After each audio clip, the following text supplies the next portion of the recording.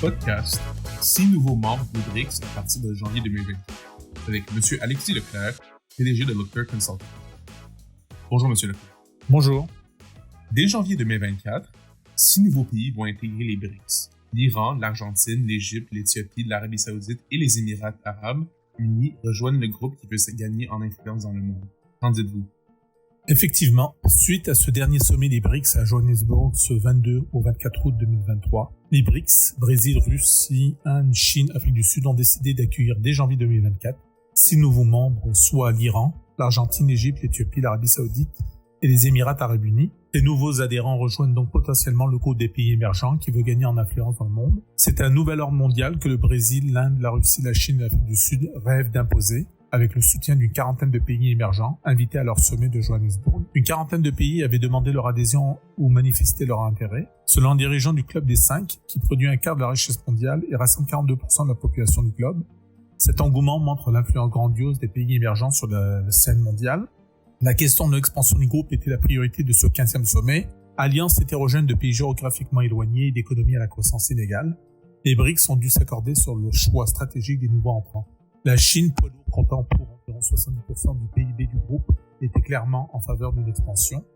Les BRICS ont réaffirmé leur position non alignée lors du sommet, à un moment où les divisions étaient accentuées par le conflit en Ukraine. Les BRICS ne constituent pas une alliance militaire, ils ne forment pas non plus un bloc économique et commercial uni. C'est contre la domination occidentale que le Brésil, la Russie, l'Inde, la Chine et l'Afrique du Sud constituent depuis leur premier sommet en 2011 l'essentiel de leur convergence. Effectivement, tous ces pays ont un point commun. Ils ont tous été confrontés à l'impérialisme européen et américain au cours de leur histoire. Et tous sont incontournables dans leur zone d'influence géopolitique. Pour rappel, là d'attendre que le Congrès américain autorise la réforme du FMI qui leur donnerait une représentation plus en adéquation avec le poids qu'ils ont acquis dans l'économie mondiale, les BRICS créent l'embryon d'un système parallèle qui se présente comme une alternative à celle dont les bases ont été posées pendant la Seconde Guerre mondiale, à une époque où les équilibres étaient bien différents de ceux d'aujourd'hui. Les États-Unis ont déclaré qu'ils ne considéraient pas les BRICS comme de futurs rivaux géopolitiques, assurant vouloir maintenir des relations solides avec le Brésil, l'Inde et l'Afrique du Sud. Nous arrivons maintenant à la fin de notre interview. Auriez-vous un petit mot de conclusion? Tout à fait. Donc, c'est en 2022 que les courbes se croisent entre le G7, le club des 7 pays les plus industrialisés de la planète, Allemagne, Canada, États-Unis, France, Italie, Japon et Royaume-Uni, et les pays émergents des BRICS, dont fait partie le Brésil, Russie, Inde, Chine et Afrique du Sud.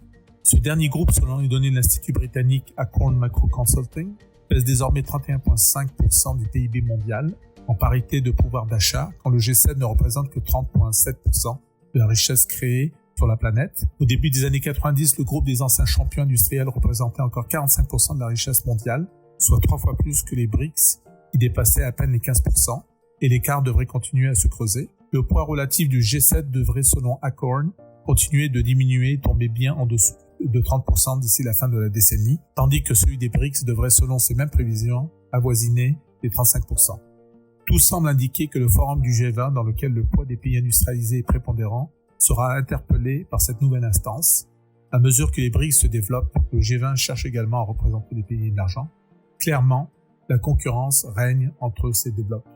Merci pour le temps que vous nous avez accordé aujourd'hui. Pourriez-vous nous rappeler comment vous retrouver sur les réseaux sociaux?